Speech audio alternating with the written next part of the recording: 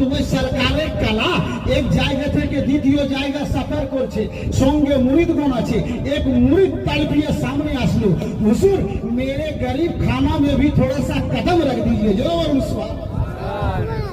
আমার গরিব খানাতে একটু কদম রেখে দেন 2 মিনিট 1 মিনিটের জন্য। বলছি বাবু আর সময় তো নাই বেটা, ফের পরে হবে না। হুজুর কখন দেখা হবে না হবে, একটা কদম শুধু আমার বাড়িতে রাখেন। বা সরকারে কালা মুরিদগণকে নিয়ে ওর বাড়িতে ঢুকে গেলেন, শুধু দাঁড়িয়েছেন।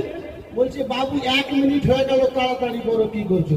বলছে হুজুর বসে কমপক্ষে চাটা খেলেন। তো বলছি বাবু চা খাওয়ার সময় নাই। ওই মুরিদ সাজিয়ে স্ত্রীকে বলছে স্ত্রী কমপক্ষে জল দে, জল খেলু। बस ওর স্ত্রী তাড়াহুড়াতে ছিল, জল এনে দিয়ে দিল। সরকারে কালা দাঁড়িয়ে দাঁড়িয়ে জল খেল। মানুষ আল্লাহর ওয়ালি দাঁড়িয়ে দাঁড়িয়ে জল পান করে নিল। মুরিদ গুলো ওকে ঠেস মারছে এরকম করে, দেখলি রে কি পিসে দাঁড়িয়ে বলি খেলিলে, ওকে ঠেস মারছে, ওকে ঠেস মারছে।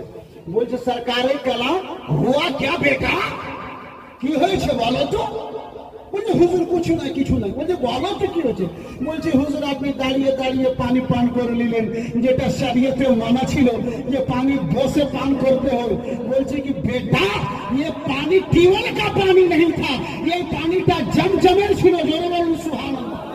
বলছে কি হুজুর জমজমের পানি? বলছে হ্যাঁ।